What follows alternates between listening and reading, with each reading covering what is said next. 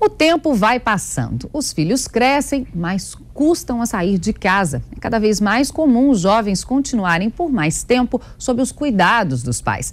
São vários os motivos que podem levar a essa adolescência prolongada. E é sobre isso que eu converso agora com o psiquiatra e homeopata Aloísio Andrade. Boa tarde. Para a gente falar sobre essa adolescência prolongada, vamos falar um pouquinho sobre a adolescência em si. O que caracteriza a adolescência, esse período da vida?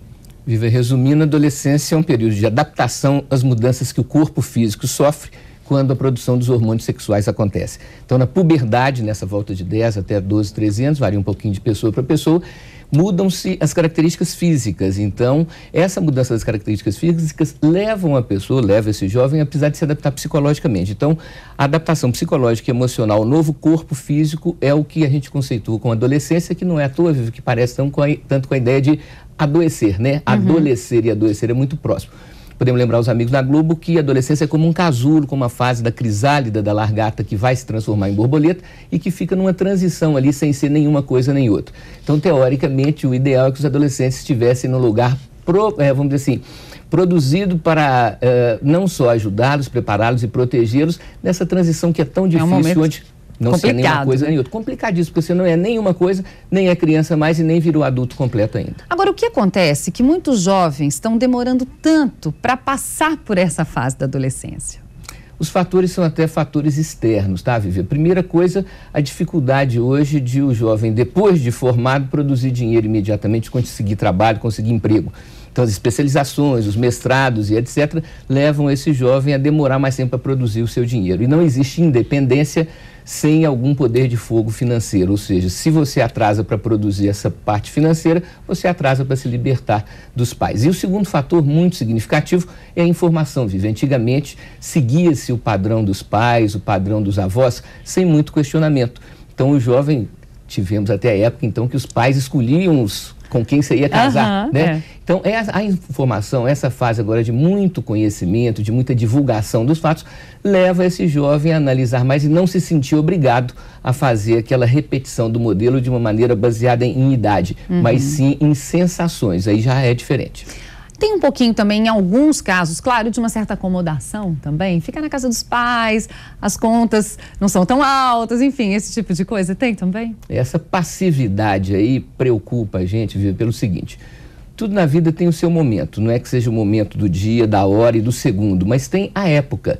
Se esse jovem, se esse adolescente perde o timing, perde esse momento de se libertar de casa, e essa libertação, ela é parcial, não é uma libertação completa e absoluta, o que vai acontecer então? Ele é acomodado, ele perde aquele momento da saída, e aí ele corre o risco de não querer sair mais. Então é um fato concreto e real que todo jovem precisa desse apoio familiar. E a gente imagina, então, antigamente você pensava adolescência até 21, 22 anos. Hoje a gente pensa até 28, 30. Mas quando passa os 35, 40, 40 e poucos anos, né? E você vai criar seus filhos dentro da casa dos seus pais, isso daí, obviamente, não é o ideal. Por uma necessidade, em alguns momentos, é aceitável. Por um período prolongado, não é o ideal. Nessa questão, em relação à parte emocional, o que isso pode trazer de complicador para a pessoa? Essa demora para se desvincular? A gente pode dizer que essa pessoa, esse jovem, não se transforma em adulto.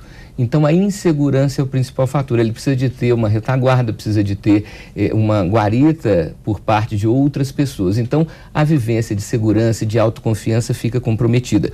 E muitas vezes, esse jovem com adolescência tardia, ele acaba, vamos dizer assim, canalizando a sua energia para coisas que são as coisas do prazer, as coisas da curtição. E quando se fala em obrigação, quando se fala em compromisso, aí tô fora. O que os pais podem fazer para ajudar? Porque muitas vezes os pais também vão querendo manter os filhos ali, por perto, sob seus cuidados. O que os pais podem fazer para ajudar que o jovem cresça? A primeira coisa é os pais, né, o caso do pai e da mãe, sentirem que eles podem continuar sendo pais e mães sem precisarem de ter um filho totalmente dependente. Feito eu falei, a dependência parcial é interessante, todos nós somos dependentes um do outro parcialmente. Agora, o completo dependente, isso daí é prejudicial. Então, o pai e a mãe têm essa capacidade interna de libertar os seus filhos e manter uma conexão sem um vínculo tão intenso, né?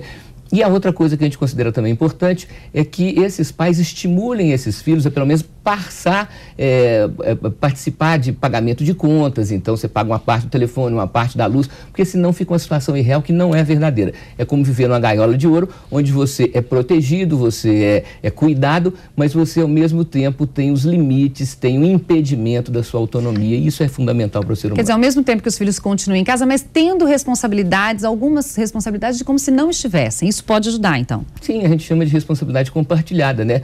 Onde você paga uma parte, não paga tudo, mas paga uma parte. Na medida que os pais vão assumindo todas essas responsabilidades, é claro que desenvolve no inconsciente desse jovem ou desse adulto jovem a facilidade de não querer se esforçar, não querer se desdobrar. E todo ser humano tende à passividade, portanto a gente tem que estar atentos. Ok, obrigada.